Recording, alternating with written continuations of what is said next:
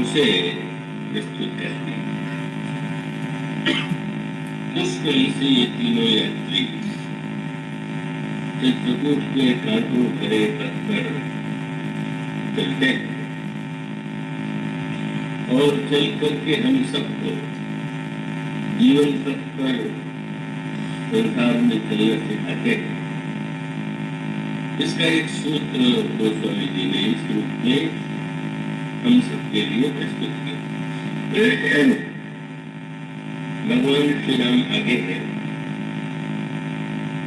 श्री लक्ष्मण पीछे है, जनक नंदनी बीच में है और उन तीनों के चलने का ये क्रम है। भगवान श्री राघवेंद्र आगे है और उस आगे का तात्पर्य पंक्तियों के माध्यम से मिलता है। जब आप पढ़ते हैं रामायण में, कवि रामायण में, ये भगवान श्री राम के चरणों में पढ़ने लगे। सीता जी और लक्ष्मण के चरण में कांटे न लगे, इसलिए प्रभु आगे चलने का निश्चय करते हैं। लक्ष्मण जी पीछे है, मन उसका तात्पर्य है ये व्यक्ति क्रम की दृष्टि से श्री राम के पीछे सीता जी चल रही है और सीता जी के पीछे लक्ष्मण जी चल रहे हैं। और गोस्वामी जी एक दार्शनिक रूप देते हैं और वो कहते हैं कि नहीं, लक्ष्मण तो श्री राम के पीछे चल रहे हैं। मनुष्य का अभिप्राय यह है कि वो ब्रह्म, जीव और माया इन तीनों के स्वरूप में ये तीन को प्रस्तुत करते हैं। उसका तात्पर्य क्या है? ईश्वर तो हमारे समक्ष दिखाई नहीं देता, पर उनकी माया के द्वारा जो निर्मित संसार है वो विस्तार से हमारे सामने होता है। और जब भी आप व्यवहार में देखेंगे तो लगेगा संसार को देखें, और जब किसी के भी साथ आप चलेंगे तो ये प्रतीत होगा कि उस व्यक्ति का अनुगमन कर रहे हैं, उसके पीछे चल रहे हैं। और उसका महत्वपूर्ण तत्व यह है कि लक्ष्मण के जीव और जीव के रूप में वे मानो वो हमें संदेश देते हैं, संकेत देते हैं। ये है कि नहीं, लेकिन केवल प्रत्यक्ष रूप से भले ही आप इस माइक संसार में चल रहे हो, लेकिन माया का जो ये दिव्य चमत्कार है उसका चमत्कार है।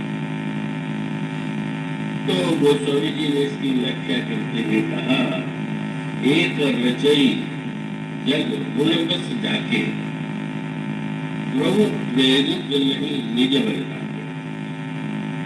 सृष्टि की जो रचना है वो माया के द्वारा तो होती है, पर माया के द्वारा जो यह रचना होती है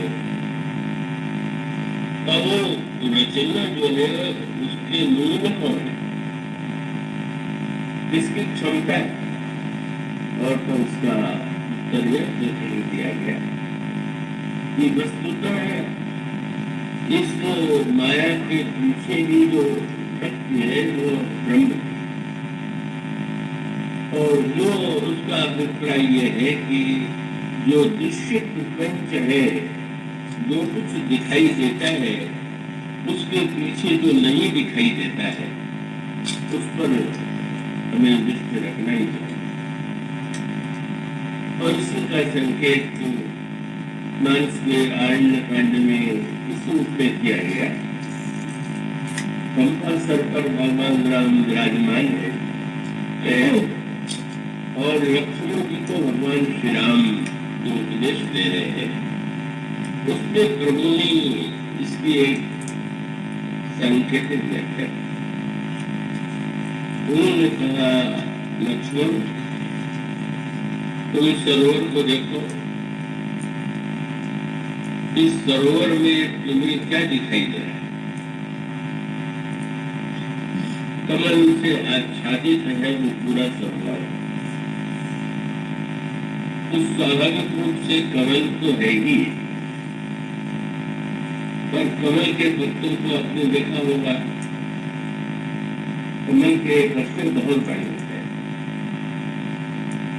और सारे सरोवर का जल भी कभी कभी उन पत्तों की आड़ में छिप जाता है।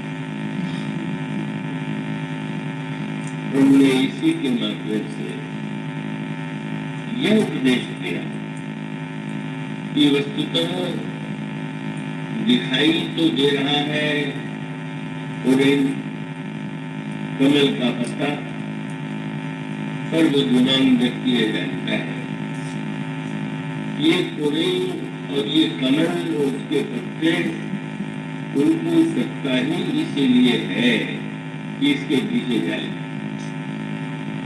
जल न होता तो न कमल होता न पत्र होता न तो कोई वस्तु होती। और सच तो यही है कि ऐसा सरोवर तो हो सकता है कि जिसमें कमल हो, और ऐसा कमल नहीं हो सकता है कि जो बिना सरोवर हो। क्या संसार मोह हो तो ईश्वर है। जब महाप्रलय की कल्पना करते हैं तो कुछ नहीं होता, तो कुछ नहीं होता तो भी ईश्वर होता है। पर जब वह संसार के रूप में यह दिखाई देता है तो वस्तुतः भगवान राम इसके द्वारा उपदेश देते हैं कि पुरंग सघन ओट जल वेग न पाइए मारियो, माया छंद न देखिए जैसे निर्गुण ब्रह्म। तो मानो जल जो है वो ईश्वर है, ब्रह्म है, वही मानो माया है। और जैसे माया अच्छा जैसे पुराण के पत्तों से जल अदृश्य है, इसी प्रकार से माया के कारण ब्रह्म नहीं दिखाई दे रहा, पर यह दिखाई देने पर भी बुद्धिमान व्यक्ति समझ लेता है ईश्वर के बिना ये सृष्टि और सृष्टि का निर्माण कैसे हो सकता था, कैसे होता। और फिर इसी बात को बड़ी मदद रूप में प्रस्तुत किया गया। ये तो निर्गुण ब्रह्म है जो माया के द्वारा आच्छादित है। और ये जो पुरेन के बाद आप उसमें देखते हैं जो कमल खिलता है, उस कमल का आकर्षण का अगर आप सरोवर में कमल को देख करके उसको लेने के लिए जाएंगे तो आपको जल में ही जाना पड़ेगा, और बिना जल में प्रविष्ट हुए आप कमल नहीं पा सकते। तो निर्गुण निराकार वही हो, माया के कारण दिखाई नहीं दे रहा। तो भक्तों ने कहा, महाराज आप ऐसा रूप बना लीजिए कि कम से कम निराकार के साथ जब आप साकार बन जाएंगे तो आपको देख करके यह तो लगेगा कि वो जो अदृश्य है वो अदृश्य भी होकर के दिखाया जा सकता है। उसके रामायण को चौपाई सिद्धि और संकेत करती है, पूरे कमल शोभ सर कैसा निर्गुण ब्रह्म सोड़ में जैसे। मानो जल है निर्गुण निराकार ब्रह्म, पुरैन है माया, और कमल जो है वह मानो सगुण साकार ईश्वर। और इस तरह से सगुण और निर्गुण के अंतराल में यह जो गोस्वामी जी काव्यमयी परिभाषा करते हैं उसका मूल तात्पर्य यह है कि भले ही आपको संसार के व्यक्ति दिखाई दे, उनमें विशेषता दिखाई दे, उनमें गुण दिखाई दे, पर ये मत भूलिए, ये सत्य पीछे वह अदृश्य ईश्वर है, उसी की शक्ति कारिका है। ये संकेत आपको मिलता है जिसमें श्री हनुमान जी रावण की सभा में बैठे हैं। रावण आश्चर्यचकित है, एक बंदर ने मेरे बात को लड़ दिया, राक्षसों का वध कर दिया, मेरे पुत्र अक्षय कुमार का भी वध करने में सक्षम हुआ और मेघनाथ को भी उसे बांध करके लाने में बहुत कठिन श्रम करना पड़ा। और इसलिए हनुमान जी से वह यह पूछे बिना नहीं रहा कि वानर, तुमने जो ये कार्य किए हैं वो किसके बल से किए? मैं नहीं मानता कि एक बंदर में ऐसी क्षमता हो सकती है इस तरह से चुनौती क्या कार्य करे। हनुमान जी मुस्कुराए। हनुमान जी का तात्पर्य ये था कि जो प्रश्न तुम मेरे विषय में कर रहे हो वही अगर अपने विषय में भी करते तो अच्छा होता। तो तुम्हारा सौभाग्य है कि तुम दूसरे से प्रश्न कर रहे हो और सब अपनी ओर देख नहीं रहे। तो भगवान जी से रावण ने पूछा तो हनुमान जी ने कहा कि मुझमें इतना बल है कि मैंने वो लड़ दिया। हनुमान जी ने कहा कि रावण तो बड़ी बात पूछी। और हनुमान जी ने जब व्याख्या प्रारंभ किया तो माया से प्रारंभ किया। सुन रावण, ब्रह्मांड निकाया, पार जासु बल विरचत माया। माया जिन ईश्वर का बल पा करके ब्रह्मांड का निर्माण करती है। रावण को बड़ा बुरा लगा। एक बाकी में उत्तर न देकर के है ना उसको विस्तार किए जा रहा है। और हनुमान जी को फिर उन्होंने कहा कि रावण जिन जाके बल विरंती हरीसा, बालक सृजन हरत शीशा, जा बल शेष धने सानन, अंडकोश समेत गिरिकानन। जिनके बल से माया संसार का निर्माण करती है, जिनके बल से ब्रह्मा विष्णु शिव सृजन पालन और संहार करते हैं, जिनके बल से शेष शक्ति को धारण करते हैं। और अंत में हनुमान जी ने कहा, जो प्रश्न मैंने तुमने मुझसे किया, जब तुम अपने विषय में भी विचार करोगे कि इतनी जो शक्ति और जितना वैभव और इतने चमत्कार तुमने दिखाई दे रहे हो कहाँ से है? क्या तुम्हारी अपनी वस्तु है क्या? और तब उन्होंने कहा, जाके बल लव ले सको, जीते हो चराचर उसी के बल के लव के लेस से तुमने संसार को जीत लिया। हनुमान जी के एक एक शब्द बड़े मस्त है। सीधे कह देते कि भगवान के बल से तुमने कार्य किया है, बोले भगवान को तो तुमने कभी स्वीकार ही नहीं किया। हाँ, ये है कि बल के लव का लेश तुम्हें जरूर मिल गया। बल कौन है? माया। और उन माया के द्वारा फिर जो शिव है और शिव से वरदान तुमने पाया तो बहुत छोटा सा गंजा सा खड़े ही था। मानो संकेत देखा कि रावण संसार में प्रत्येक व्यक्ति में जो क्षमता है, जो योग्यता है, जो विशेषता है, वो केवल ईश्वर की ही दी। लेकिन तब यह प्रश्न किया जा सकता है कि रावण और हनुमान जी में क्या अंतर है, बुरे और अच्छे में क्या अंतर है? अगर सबके पीछे ईश्वर का बल है, योग्यता है, शक्ति है, तो ये क्यों कहते हैं कि ये अच्छा है, ये संत है, ये संत है, ये बुरा है? और तब उसका उत्तर हनुमान जी ने भी और उन्होंने कहा, बस तुम्हें और मुझे अंतर यही है कि मुझे तो बल का लव का लेश में मुझे तो बल प्राप्त है। सीधे श्री राम से ही मैं अकेले कह हूँ और उसने सच कहा कि तुम में अंतर ये है कि जाके बड़ो लवले से जितो चराचर धारी तासु दूत में जाकर हरि आने देना। मैं उनका दूत हूँ कि जिनकी प्रिय पत्नी का पुण्य हरण करते। अंतर क्या है? तो भगवान के द्वारा प्राप्त शक्ति का जो दुरुपयोग करे और उसको मनमाने रूप में केवल अपनी उपभोग्य वस्तु बनाना चाहता है, ऐसा व्यक्ति रावण के मार्ग पर चला। ईश्वर ने तो दिया, अगर आप उसका दुरुपयोग कर रहे हैं तो रावण के जीवन को आपने अपने जीवन में साकार किया।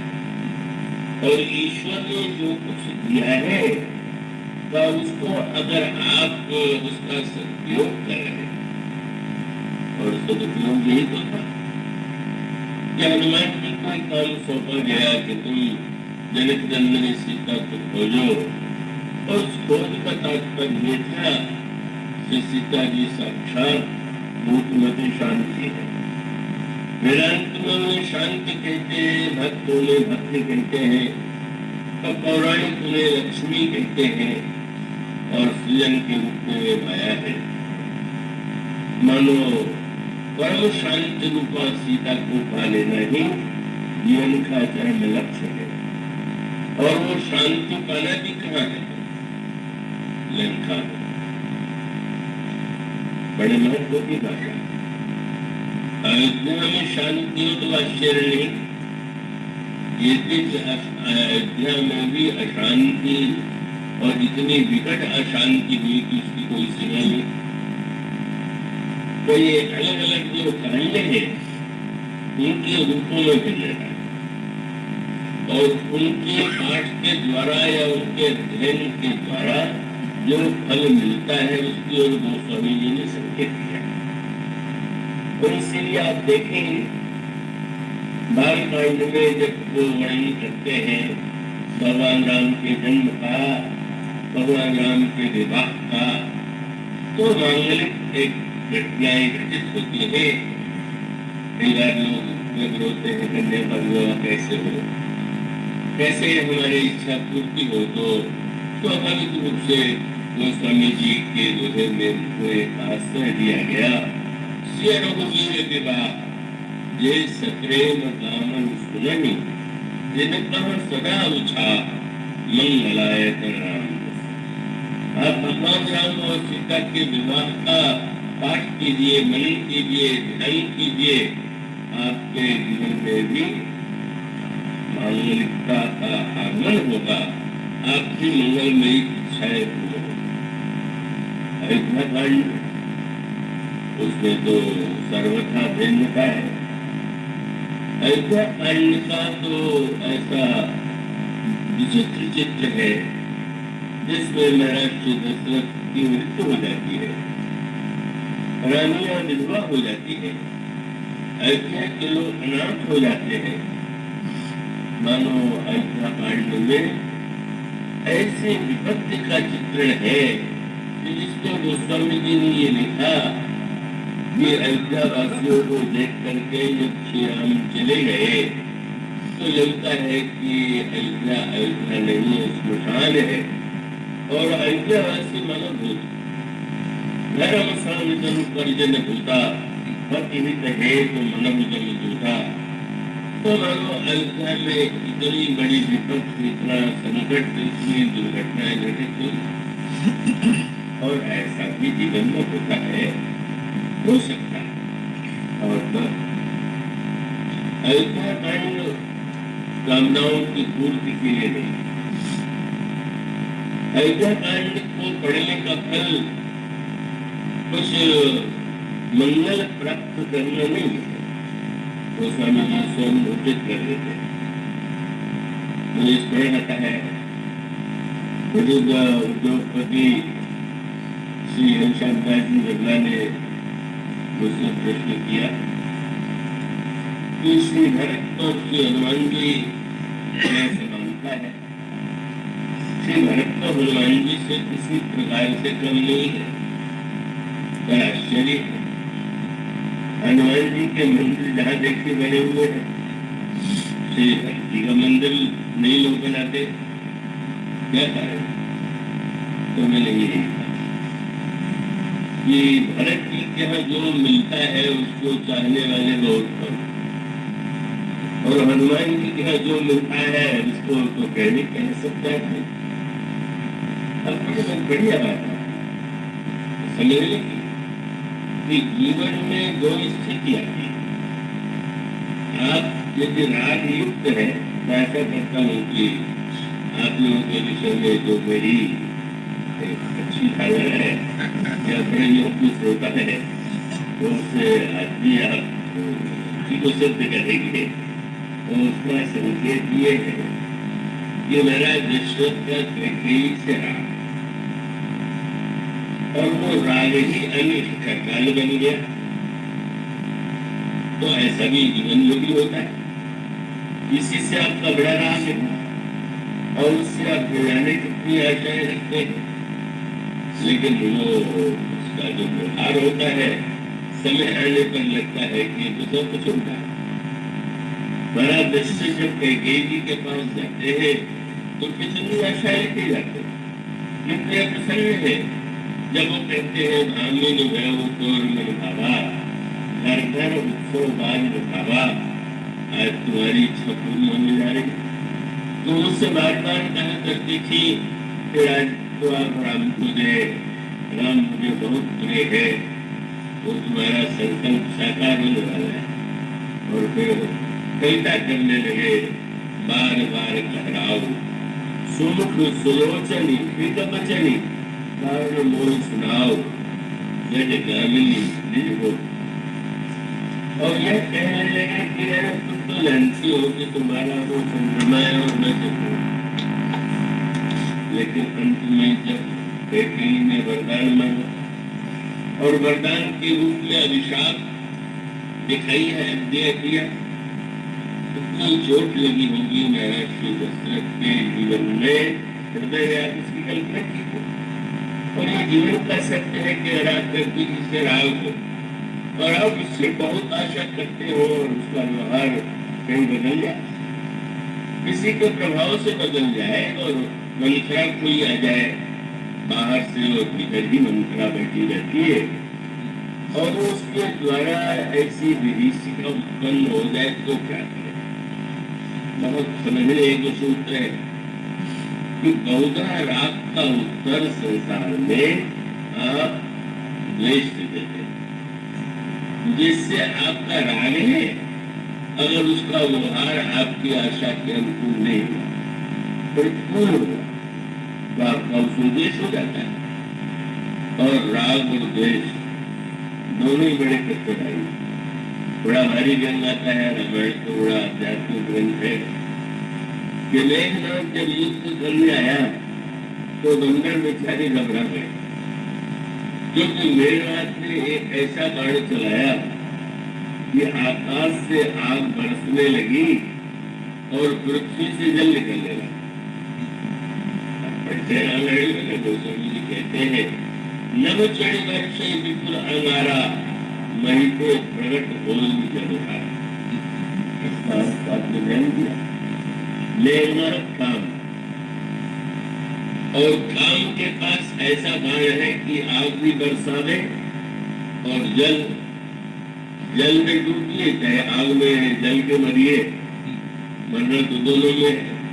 अभी पसंद भले ही हमें कि आग में शुरू से गर्मी लगेगी और जल जरा ठंडा रहेगा, लेकिन जल में डूबे तो भी तो मृत्यु हो, और आग में व्यक्ति जले तो भी मृत्यु होगी।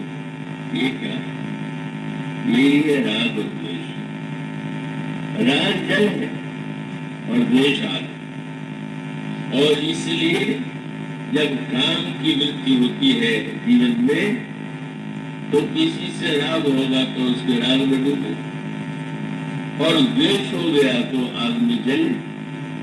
बड़ा कठिन है इस वृत्ति को जीतना। इस राग और द्वेष का जो द्वंद है जो मनुष्य को दुखित रहता है। राग था तत्व बेचारा, उसके जीवन में राग की अभिव्यक्ति हो रही थी, विवेक नहीं था। और द्वेष आ गया तो जलन हो गई, विरोध की वृत्ति आ गई, बदला लेने की वृत्ति आ गई। लेकिन अयोध्या कांड का फल क्या? राग का उत्तर द्वेष से मत दीजिए।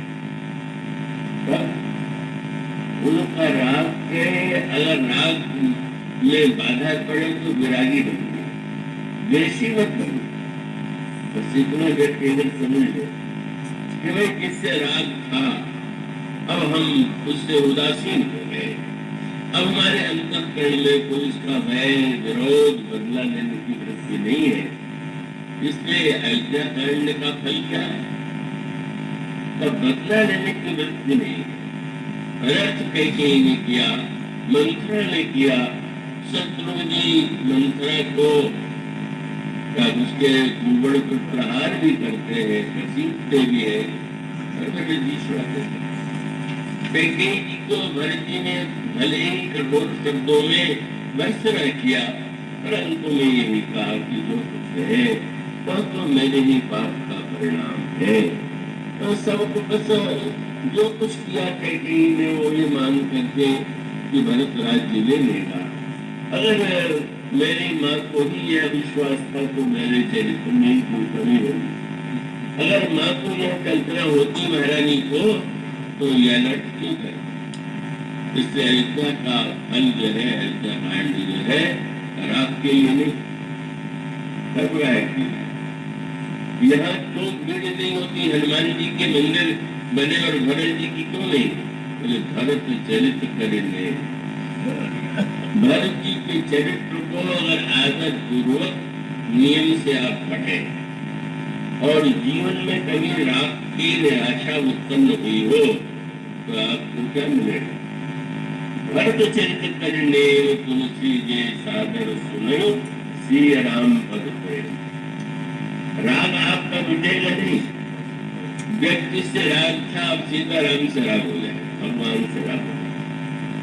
और द्वेष किसी से नहीं होगा। क्या होगा? उसी राम पद प्रेम अवश्य हो अवरस विरत। संसार के रस से यह सत्य समझ में आ जाता है कि हम किसी से बहुत आशा लगा करके अपने लिए ही दुख की सृष्टि करते हैं, हमारे अंतःकरण में उदासीनता आ जाती है। इसलिए मनुष्य का अभिप्राय ये है कि अयोध्या कांड जो है तो हमें वैराग्य की दिशा मिल जाता है। भगवान के प्रति राग और संसार के प्रति वैराग्य। और इसी तरह से प्रत्येक कांड, अरण्य कांड, चित्रकूट का, उसके पश्चात दंडकारण्य, लंका, ये सब के सब प्रकार की मनोवृत्तियों की स्थितियां। और उन समस्त स्थितियों में आपको दिखाई देगा सीता जी और श्री राम का तो मिथिला में मिलन ही होता है। अयोध्या में तो दोनों ही पधारते ही है। चित्रकूट में भी दोनों के दिव्य आनंद की अनुभूति होती है। और दंडकारण्य में वियोग, दुख, संशय, प्रलोभन, इसका दृश्य सामने आता है। और तब उसके पश्चात एक सूत्र बड़े महत्व का है। तो सीता जी को खोजने के लिए क्या लंका में भी सीता जी को खोजा जा सकता है? ये हमारे आपके जीवन का सत्य है। और सत्य ये है कि लंका वह जो एक आज राष्ट्र है, उस लंका से तो कुछ लेन देना नहीं है। कई लोग नहीं सिद्ध करते हैं वही लंका है, कई लोग कहते वो लंका नहीं। क्योंकि वो कहते हैं कि जितनी दूरी लिखी हुई है समुद्र से लंका की, वो तो वर्तमान जो सेतुबंध है उससे लंका उससे बहुत पास में है। क्या आवश्यकता है? उस लंका के लिए आप अगर ये मानते हो कि वो राक्षसों का राष्ट्र है तो क्या आप लंका वासियों से लड़ेंगे? क्या आक्रोश करके आप अधिकार करने की चेष्टा करेंगे क्या?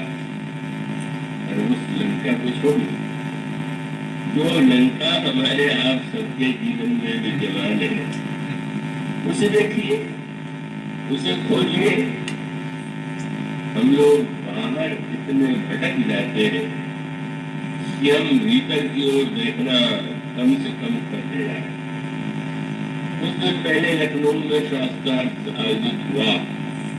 विश्वविद्यालय के परिसर में निमंत्रण भेजा गया और उसमें कहा गया कि इसमें शास्त्रार्थ होगा कि तुलसीदास जी का जन्म स्थान कौन सा, माना जिले का राजापुर है कि सोरों के पास वाला राजापुर है या अयोध्या के पास वाला राजापुर है। अब सबको निमंत्रण दिया गया तो मेरे पास भी भेज दिया गया। मेरे आश्चर्यचकित हो गए और फिर उसके बाद वो तो शास्त्रार्थ का निर्णय नहीं हो पाया और तब दो न्यायाधीशों को सौंप दिया गया। तो सोचिए इस शास्त्रार्थ का, और बेचारे न्यायाधीश क्या निर्णय दे, और वो निर्णय दे देंगे तो क्या सब लोग मान लेंगे क्या? मानो हम लोग अपनी शक्ति का अकृत्य उन कार्यों में करते। मैंने मुझसे किसी ने कहा आप किसे राजापुर मानते हैं? उन्हें कहा भाई इतना ही ध्यान रखो कि गोस्वामी जी के मन में और राजापुर के प्रति रंच मात्र भी आकर्षण होता तो कहीं तो अपने 12 ग्रंथों में नाम लिखे थे। अगर उनकी जन्मभूमि होती तो क्या उन्हें नाम न लिखते क्या? नहीं तो उन्होंने नाम नहीं लिखा है, गाँव का भी नाम लिखा है, यहाँ करो इलाहाबाद के पास भाईपुर का नाम रामायण में है, सिलौर का नाम है। मानो गोस्वामी जी की आप अगर उन्हें पाना चाहते हैं तो कैसे करें? उस राजापुर में से सिद्ध करने पर तीनों स्थान पर बड़े बड़े स्मारक बना दीजिए तो आपको बहिरंग संतोष भले ही हो जाए कि वह हमने तुलसीदास जी के प्रति बड़ा सम्मान किया। जो तुलसीदास जी की जन्मभूमि वो सब कोई पूछे तो मैं कहूँगा उनकी जन्मभूमि तो चित्रकूट है। चित्रकूट पर शरीर का जन्म नहीं, पर जिन तुलसीदास जी की हम पूजा करते हैं उनका जो स्मरण है, उनकी जो बेचैनी है, उनका जो राग है वो चित्रकूट से। हम भीतर न ढूंढ करके जो तुलसीदास चाहते हैं उसके स्थान पर हम बाहर शास्त्रार्थ कर रहे हैं, विवाद कर रहे हैं और पत्रों में लिखा जा रहा है। एक भाषणाचार्य पत्र में निकल गया मेरे लिए, तो उन्होंने को जो घोड़ा के पास जो राजापुर है उसको मान लिया कि वो राजापुर ले जाया गया था। मैं तो किसी राजापुर में जाने वाला नहीं, चित्रकूट जाता हूँ पर कहीं उस राजापुर में नहीं गया, एक बार भी नहीं गया। बहुत से लोग यहाँ मंत्री थे उन्होंने कहा कभी नहीं गया, तो शर्मा थे उन्होंने बड़ा वहाँ पर आयोजन किया, मैं नहीं गया। कोई द्वेष नहीं था, पर मुझे लगता था कि चित्रकूट जा करके गोस्वामी जी का जैसा भाव में दर्शन होता है मैं क्या करूँगा उस गाँव में जाकर। सोरों वाला राजापुर भी मैंने कभी नहीं देखा। हाँ ये सियोद में अभी थोड़ा बहुत निवासी बन गया हूँ तो मुझे वहाँ के जो साधु संत पकड़ ले गए, उन्हें चलिए चलिए। और जब मैं वहाँ गया जहाँ पर हमारा देता है तो वहाँ पर तो हमें इतना अपना प्रस्तुत किया गया और ये भी एक तर्क किया गया कि मेरे लिए ये जो है उस राजापुर में कभी नहीं गए, यहाँ आए से सिद्ध होता है कि ये राजापुर तो क्या तर्क। और मैंने जो विरोध में बात कही थी बाद में मान लिया गया कि मैं समर्थन कर रहा हूँ। बाद में ऐसा था कि ये सोचा गया था कि जाएंगे सब लोग साधु और दोपहर के भोजन तक लौट आएंगे। साधु बहुत से थे, भाषण लंबे हो गए, भोजन का समय व्यतीत होने लगा, सब भूखे थे और पता चला कि कोई प्रबंध नहीं, भोजन का कोई प्रबंध नहीं। तो मैंने एक जंग भरी भाषा में कहा कि मैं निश्चित समझ गया कि असली राजा को ये क्यों आप लोगों ने उन तुलसीदास को भूखा मारा था और अब सारे संतों को भूखा मार रहे तो आप राजापुर के निवासी अवश्य। मैंने इसका अभिप्राय नहीं तो जरूरत नहीं बात कही थी। क्या रखा है इन विवादों में? तुलसीदास जी सरयू पारण थे, समाज थे, ज्ञानीपुर थे, ग्रंथ के ग्रंथ लिखे गए, स्थान बनाए जा रहे हैं, लिखे जा रहे हैं। लंका की खोज हो रही है और खोज भी इतनी लंबी चौड़ी है कि पाकिस्तान में लंका से लेकर के अमरकंटक में लंका, इतनी लंकाओं की सृष्टि हो गई और इतने पास में जो लंका हृदय में है उस लंका की क्या नहीं है। गोस्वामी जी तो कहते हैं कि अपने हृदय की ओर तो देखो, लंका यही तो बनेगी। और आपको मेरे पत्रिका में मिलेगा परिचय किसी को लंका मानते हैं, वो सब ये नहीं लिखा। पूरा कर्दमान सागर भयंकर घोर अमित अवगाह दुष्कर अकारम लट रागाज संकुल मनोरथ सदा संग संकल्प बीचे विकारम। उनका देहाभिमान का समुद्र है और नाना प्रकार के दुर्गुणों के जलचर है। और यह जो लंका है वो प्रवृत्ति की नगरी जो सुनहरी है। हम जब कर्मों में प्रवृत्त होते हैं तो सुनहरी कल्पनाएं, सुनहरी हमारी वृत्तियां की ऐसा हो जाएगा, ऐसा हो जाएगा।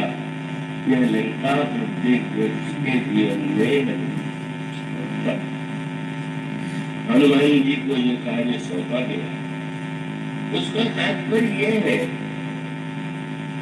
कि भाई प्रवृत्ति का त्याग करके शांति मिलती है, ऐसा भी शास्त्रों में कहा गया।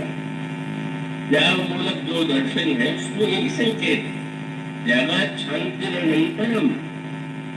और प्रवृत्ति में शांति मिल सकती है क्या? और इसका उत्तर हनुमान जी के चरित्र में आपको प्राप्त होता है। हनुमान जी उस प्रवृत्ति में नगरी में जब रावण सीता जी को ले आता है तो रावण का सर्वनाश हो जाता है, लंका जल के नष्ट हो जाती है। और उसी प्रवृत्ति की नगरी में जब हनुमान जी जाते हैं तो माँ का आशीर्वाद प्राप्त करके धन्य होता है। इसका अभिप्राय है कि प्रवृत्ति में और रावण जैसा दर्शन जीवन में स्वीकार करके हम रहेंगे तो अशांति रहेगी ही, कहीं अशांति से छुट्टी नहीं मिल सकती। पर हनुमान जी के समान जब उन्हें खोजना चाहेंगे, उन्हें पाना चाहेंगे तो हम प्रवृत्ति में, परिवार में, समाज में सारे कार्य को करते हुए भी शांति पा सकते हैं। मानो रामायण का यह दर्शन यह बताने के लिए है कि लंका है, दुर्गुण है, समुद्र है, पर हमें वहां तो हनुमान जी का आदर्श सामने रख करके उन्हें खोजने और पाने का प्रयास करना चाहिए। इसलिए का मानो यह जो संकेत है, संकेत का तात्पर्य यही है कि आप अयोध्या कांड को पढ़ेंगे। आरण्य कांड में कल जो प्रसंग आपके सामने चल रहा था, कैसे सांकेतिक भाषा में यह बात बताई गई। बात तो संक्षेप में कहनी है और कथा तो अनंत है, समय तो सीमा उपयुक्त है, आगे बात पालेंगे। जो चौपाइयां अभी आपके सामने मैंने पढ़ी है वही चौपाइयां आरण्य कांड में भी थोड़े शब्दों को बदल करके जोड़ और एक अंतर है।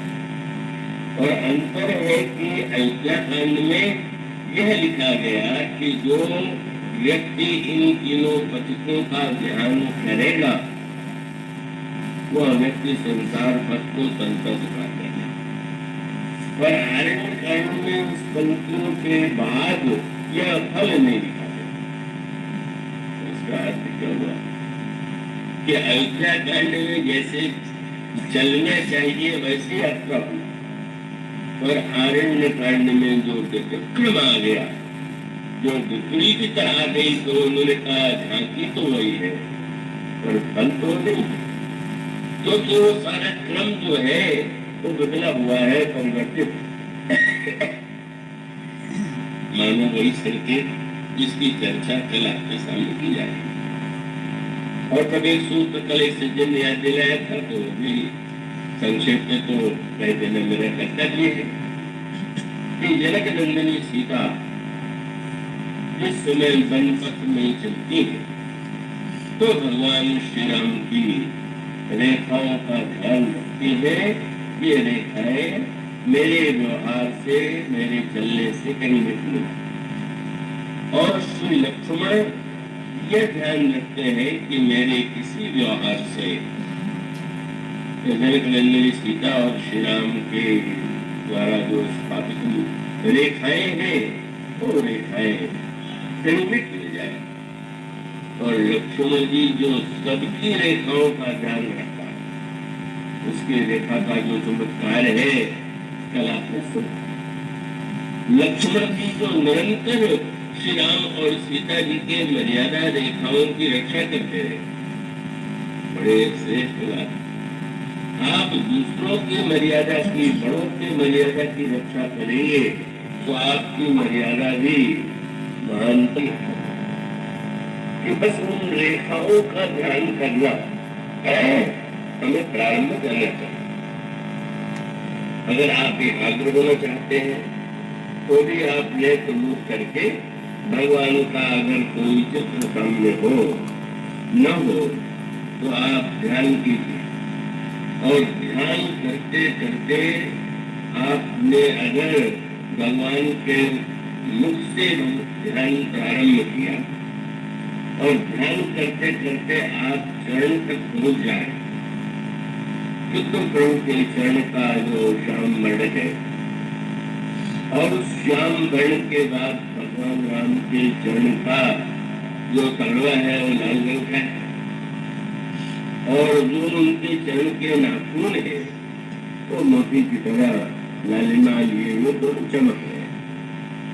गोस्वामी जी ने ये कहा कि वस्तुतः यह त्रिवेणी संगम, जैसे गंगा यमुना सरस्वती का मिलन होता है, इसी प्रकार से प्रभु के चरणों के जो तीनों रंग हैं, ऊपर जो श्याम रंग का भाग है वो मानो यमुना है, और नीचे जो भाग लाल रंग का है वो मानो भक्त की गंगा है, और जो नाखून है वो मानो ज्ञान की सरस्वती है। इसका अभिप्राय कि प्रयागराज में स्नान करने से बड़ा फल मिलता है। प्रयाग में और उस बार हरिद्वार में कितने स्नान करने वाले हैं, पर आप चाहे तो अपने घर में भी प्रयाग का नित्य स्नान कीजिए। जब आप पूजा गृह में बैठिए तो आप स्नान करके आए तो आए ही, लेने के बाद त्रिवेणी संगम में निवास स्नान कीजिए, ध्यान कीजिए। अरे यहाँ तो प्रभु के चरणों में ही तीनों नदियों का संगम हो रहा है, हम इसको स्नान करें। गोस्वामी जी ने गीता रामायण में भगवान राम के चरणों का वर्णन त्रिवेणी संगम के रूप में किया। राम चरण अविराम काम प्रद तीर्थराज विराज। तीर्थराज कहाँ रहता है? शंकर हृदय भक्ति भूतल पर प्रेम अक्षयगढ़ राजे। प्रयागराज में अक्षयगढ़ और प्रयागराज में भूमि है जहाँ पर तीनों नदियां मिल रही हैं, और प्रयागराज में इन तीनों संगम के साथ साथ अक्षयवट। प्रेम गोस्वामी जी ने कहा अक्षयवट क्या है? आपके हृदय में जिसमें भगवान के चरणों का स्मरण हो जाए, और ये शंकर जी के हृदय में ये विश्वास जब प्रयागराज निवास करते हैं। शंकर जी कौन है? वर्तमान विश्वास। भगवान शंकर बंदे श्रद्धा विश्वास। विश्वास के धरातल जब आप ध्यान करने बैठिए तो विश्वास मानो शंकर जी का हृदय वो धरातल है, और उसमें श्री राम का जो ये त्रिविध रंग वाला वर्ण है चरणों का, वो त्रिवेणी संगम है। तो नदी रहती अक्षयवट है कहाँ? उसको लेकर के आजकल तो हर प्रश्न विवाद है। तो स्वामी जी ने कहा वो अक्षयवट आपके जीवन में भी आ जाना चाहिए। क्या कोई शंकर हृदय भक्ति भूतल पर प्रेम अक्षयवट लागे, प्रेम ही अक्षयवट। एक कितना बड़ा सूत्र दे दिया गया। प्रलय हो गया और प्रलय होने के बाद भी अक्षयवट बढ़ता है। अनुकूलता में प्रेम बढ़े तो चमत्कार नहीं हो, प्रतिकूलता में भी जिसका प्रेम न मिटे, न डूबे, न नष्ट हो, वो मानो सचमुच अक्षयवट यज्ञ का चुका। हमारे शंकर जी शरण जी बरेली के निवासी, तो बाल्यावस्था का संपूर्ण वैसे शरण जी सुनाते थे। कभी कभी बड़ी हंसी होती है।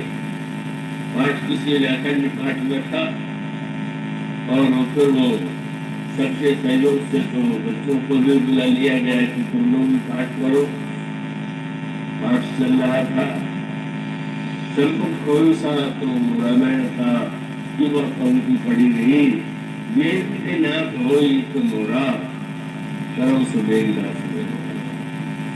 पाठ बड़े प्रेम और धूमधाम से चल रहा। अचानक जो गृहपति थे अपनी श्रद्धालु थी तो पाठ लगवा दिया था।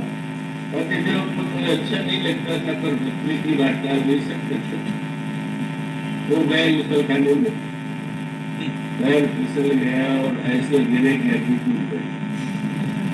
तो गुसल खाने से चिल्ला करके पहला बात दोनों ने कहा पाठ बंद करो।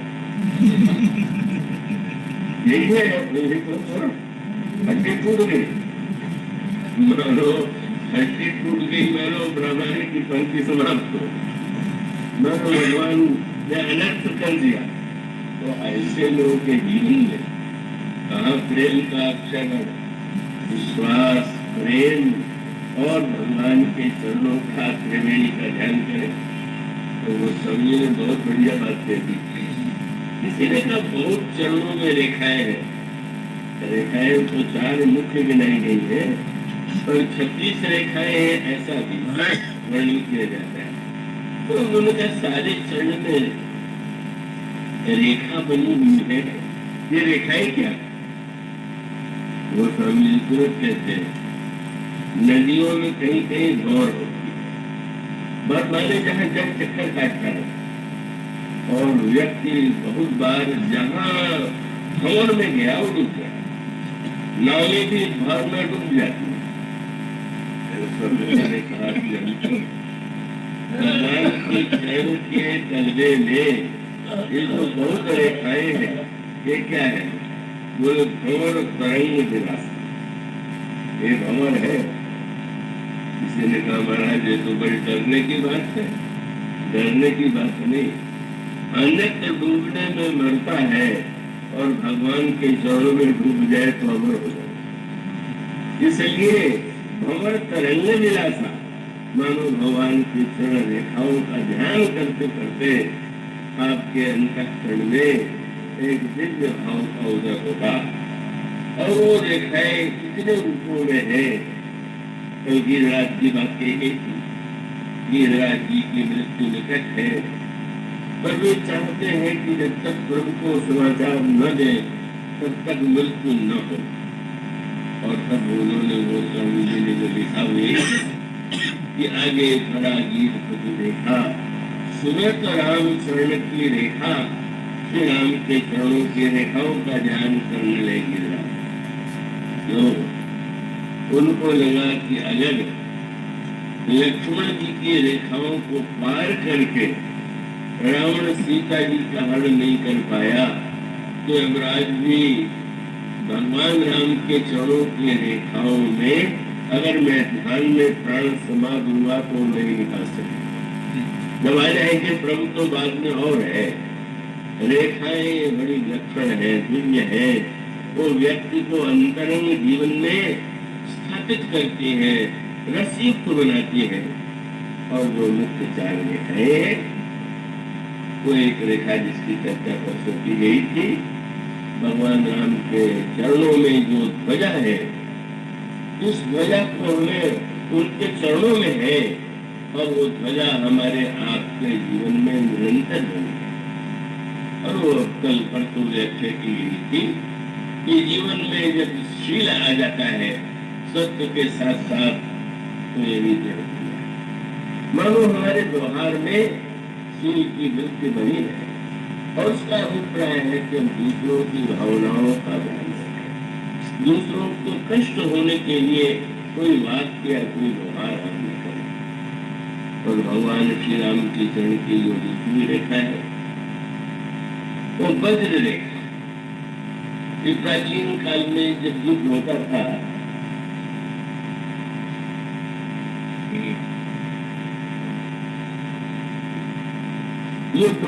तो योद्धा लोग जो शस्त्र चलाते थे उसमें एक बाण ऐसा होता था कि जिसको पर्वतास्त्र कहते थे।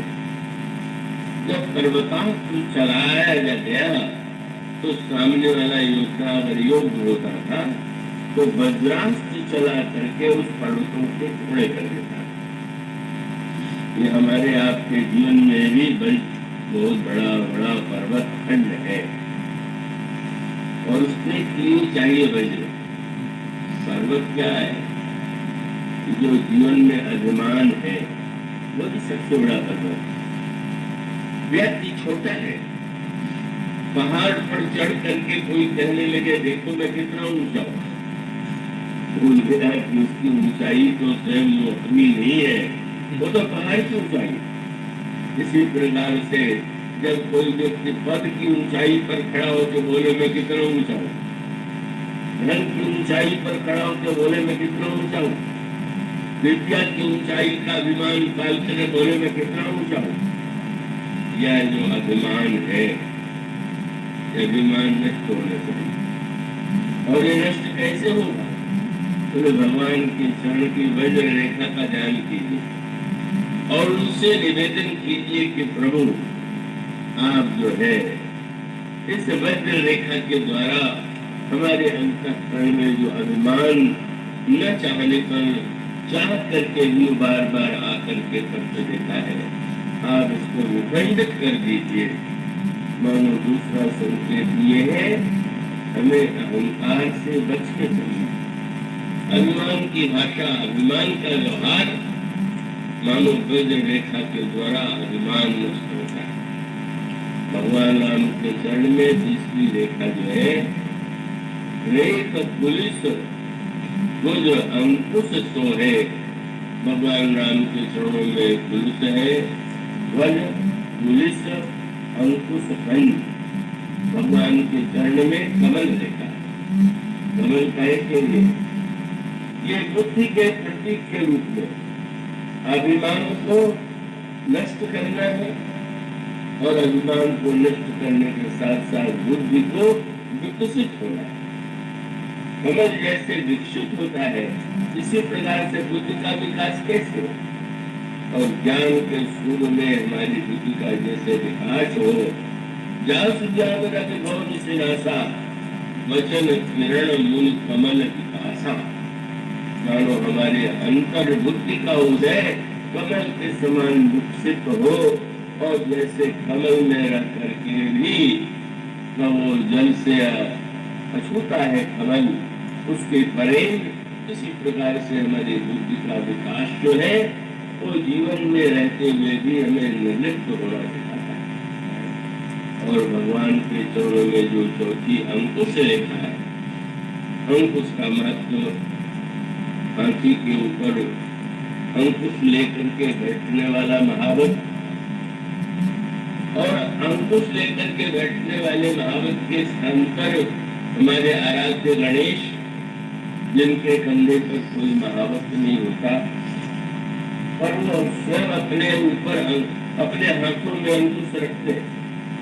मानो सचमुच व्यक्ति अगर जीवन में अपने मन को अंकुश में स्वयं रखेगा तो समाज के लिए अपने लिए कल्याणकारी होगा। और मन को अगर निरंकुश कर देगा तो हाथी मतवाला होने पर जैसे सब कुछ उजाड़ देता है। दशरथ जी ने कहीं से कहा कि मैंने तुम्हारी प्रशंसा कर दिया कि तुम गजगामिनी, तो तुमने गजगामिनी में चाल में नहीं दिखाया, सारे अवध को उजाड़ने में जरूर सिद्ध कर दिया। तो मानो जीवन में अंकुश है कि नहीं, और अंकुश अवश्य रखना। आप नहीं रखेंगे तो कानून का अंकुश, जेल खाने का अंकुश, दंड का अंकुश, जाने कितने अंकुशों की मार सहनी पड़ेगी। तो भगवान के चरणों का अंकुश याद रखा दिला रहा है कि हमें मन को अनियंत्रित नहीं होने देना है, उसको नियंत्रित कीजिए। और भक्तों का तो क्या कहना है, उन्होंने तो अंकुश को बना दिया। मछली मारने के लिए कटिया जो बनाया जाता है, तो जाल में मछली को मारने की कला है। और दूसरे आपने नदी के किनारे देखा होगा, तो कुछ लोग एक लग्गी लगाए हुए, उसमें धागा और धागे में कटिया, और टेढ़ी कटिया होती है, और उसमें मछली को प्रिय लगने वाला चारा लगा देते हैं। और मछली जब उस चारे को जो उन्हें पसंद है वो देखती है, तो उसमें वो डाल देती है। परिणाम है कि वो जो कटिया है उसमें फंस जाती है, और मारने वाला उसको मार देता है। गोस्वामी जी ने भगवान से कहा कि प्रभु, आपने बड़े बड़े जो दैत्य थे, राक्षस थे, का उनका विनाश तो कर दिया।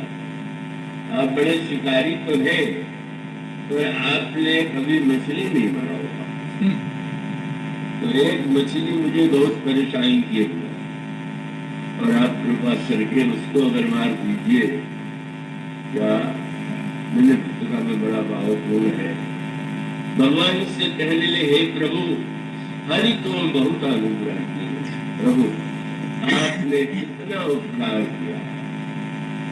वो तो बदन बनाए नहीं वर्णत, प्रभु के सब उपकार, करोड़ मुख से भी आपके उपकारों का वर्णन नहीं हो सकता। भगवान मुस्कुराए। आप किसी के पास जाए और जाकर के कहे कि आपसे मैंने 10,000 या 20,000 या 1,00,000 रुपया लिया, तो सामने वाला ही आशा करेगा कि शायद आज लौटाने आए होंगे, और भूल नहीं तो कम से कम ब्याज तो देने आए होंगे। कल गोस्वामी जी ने जब ये कहा कि आपने बहुत दिया, बहुत दिया, मुझे चित्रकूट में बहुत आनंद आता था। एक बुढ़िया थी, और वो बुढ़िया निरंतर बस वो कुछ भी देने के बाद तुरंत देती थी। बहुत दिया, बहुत दिया, बहुत दिया, और बहुत दिया कहने के बाद कोई उनकी मांग और रख देती थी। सब पाया, और सब पाया के बाद हंसी आ जाती थी। लेकिन गोस्वामी जी की भावना हुई, महाराज, कर्ज देने वाले को यह ध्यान रखना चाहिए कि उतना ही कर्ज दे जिसका चुकाने वाला अधिकारी चुका सके, और अधिक दे दे तो सामने वाले की बाध्यता है कि वो तो दिवालिया हो जाएगा। तो महाराज, आपने इतना दे दिया है कि वो तो चुका नहीं पाऊंगा। अब उसको चुकाने की शक्ति मुझ में नहीं, आपने देखे नहीं ये तुलसीदास कितना चुका पाएगा। आप देते गए, तो क्यों सुना रहे हो? तो गोस्वामी ने कहा, फोटू बदन बने नहीं करना, प्रभु के सब उपकार, अब लिखोदे बिना कुछ और मांगो। जब व्यक्ति ये समझ लेता है कि अब दे नहीं पाएगी, दिवालिया हो जाए तो उसके मन में और बेईमानी आ जाती है। जब दिवालिया कहलाना है तो और जितना दूसरों से ले सके ले। तो यहाँ तो दिवालिया बनना बड़ा भारी राज है। और भगवान के यहाँ तो बड़ा मीठा, उन्होंने कहा, महाराज अब आप और दे दीजिए। और तब उन्होंने मांगा क्या? बहुत सुंदर कहा, मन पर अंकुश रखो, मन को बस में करो, मन को एकाग्र बनाओ। ये सारे ग्रंथ कहते हैं। तो तुलसीदास जैसा भक्त कहता है, महाराज मेरा मन तो जैसे मछली जल से अलग नहीं होती, मर जाती है, विषय हो जाती है, विषय भाव मन मीन भिन्न नहीं, हो तो कबहू फल नहीं। विषय के जल में हमारे मन की मछली इतना डूबी रहती है, ये एक क्षण भी अलग नहीं होना चाहती। कृपा करिए और इस मछली को इस जल से निकाल करके आप निकालिए। वो ये मछली मारने के लिए तो मेरे पास कोई उपकरण नहीं है। अब वो धनुष बाण है, उससे तो मछली मारी नहीं जाती। तो उनका मैं उपाय बता देता हूँ। क्या एक तो रस्सी चाहिए और रस्सी के साथ साथ वो जो कटिया होती है उसके लिए वो जो शब्द है असली, वो शब्द है वंशी। तो वंशी भी चाहिए और वंशी के साथ चारा भी चाहिए, धागा भी चाहिए और बांस भी चाहिए। और उनका सब आपके पास क्या कृपा डोरी, कृपा की तो बना लीजिए डोरी। तो भाई डोरी तो बना ले, पर ये कटिया कहाँ से ले आवे, बंशी कहाँ ले आवे? बोले महाराज आपके चरणों में जो रेखा है ये अंकुश नहीं है, कटिया है। तो दोनों टेढ़े टेढ़े होते हैं, उनका कृपा डोरी बंसी पद अंकुश। आपके चरणों की जो टेढ़ी अंकुश रेखा है वो हमको मानते हैं जो कटिया है। और चारा कौन सा? बोले मैडम मछली फंसती तभी है जब उसके प्रिय वस्तु का स्वाद हमको दिखाई पड़े। तो संसार में लोग फंसते कम, प्रेम का चारा जहाँ लग जाए कि मुझसे बहुत प्रेम करता है, तो करता हो चाहे ना करता हो, वो मानने वाला व्यक्ति फंसे बिना नहीं रहेगा। बोले प्रभु कृपा डोरी बंसी पद अंकुश परम प्रेम मृदु चारो। साधना की कृपा की रस्सी और आपके चरण की रेखा जो है उसका ये कटिया, उसमें लगा दीजिए प्रेम का चारा और यही दीजिए बेटी हरम मेरो मन। हे प्रभु कृपा के द्वारा, प्रेम के द्वारा आप मेरे मन को अपने चरणों में लगा लीजिए। आप संभव है, मेरे लिए संभव नहीं है कि आपके चरणों में मैं मन को लगा पाऊं। मेरे लिए संभव नहीं है कि मैं मन को विषयों से हटा दूं। आप ही कृपा करके हमारे मन को अपने चरणों में। और उसके बाद एक बात कही, बोले माया की रस्सी को कहा करते हैं, रस्सी को मजबूत बनाने के लिए गहरा कर देते हैं।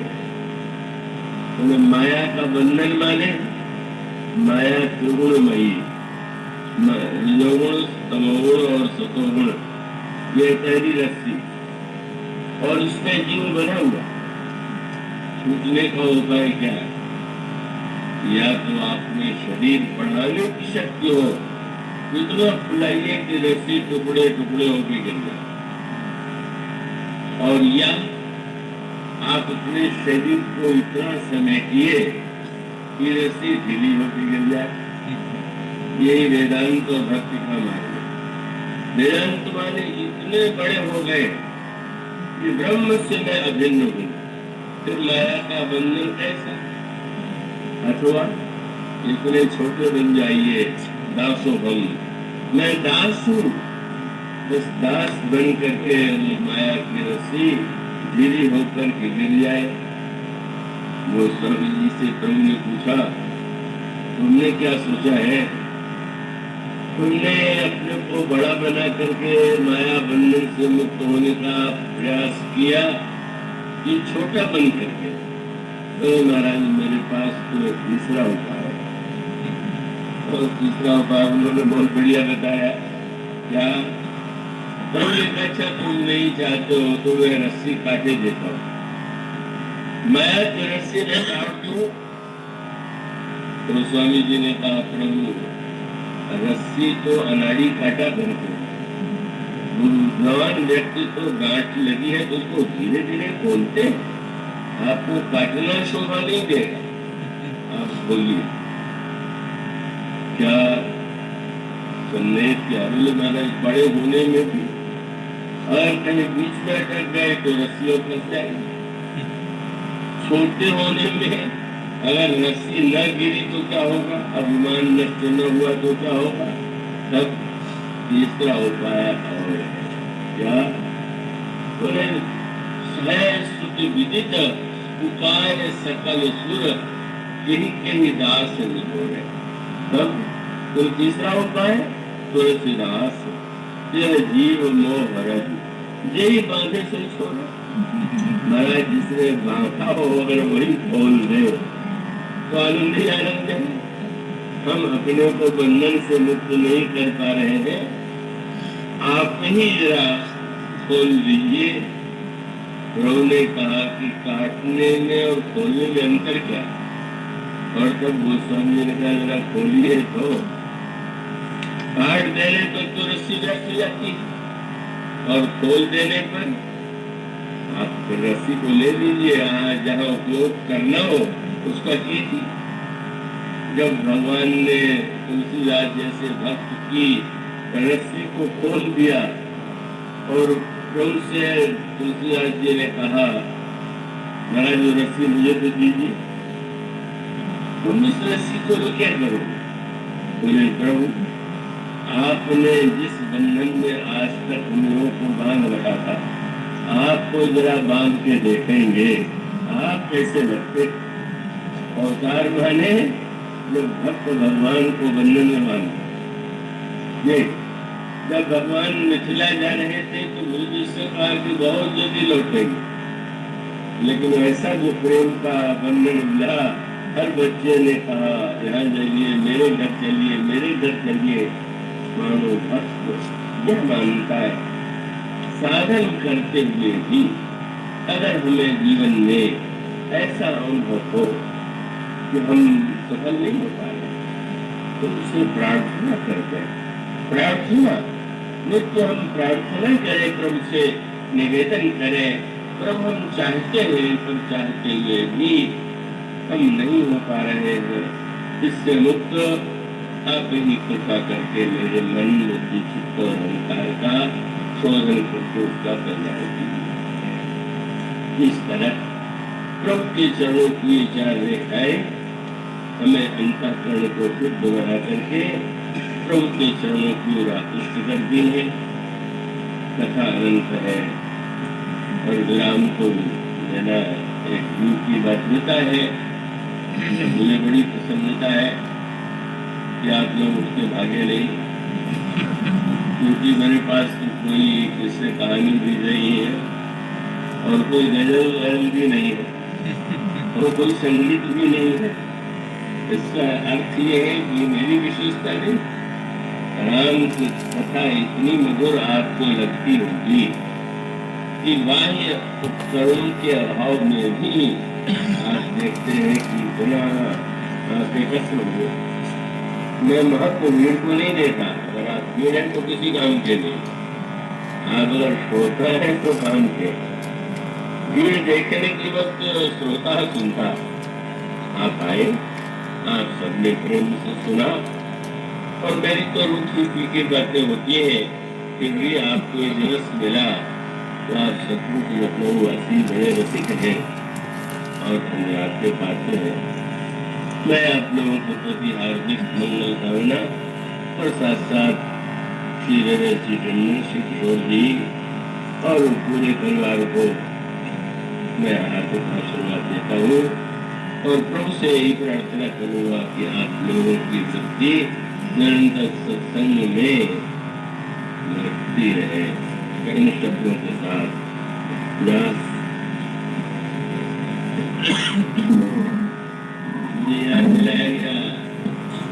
ये अगले वर्ष की बताते नहीं कि मानो बंधन की कथा का उपयोग लोग मेरे प्रति ही कर रहे हैं, तो मुझसे स्थिति लिए बिना ही उन्होंने सूचना दे दिया। अगले वर्ष में आपको तो प्रेम बंधन को मैं इसकी बात कैसे कर सकता हूँ, तो कथा भी बोलनी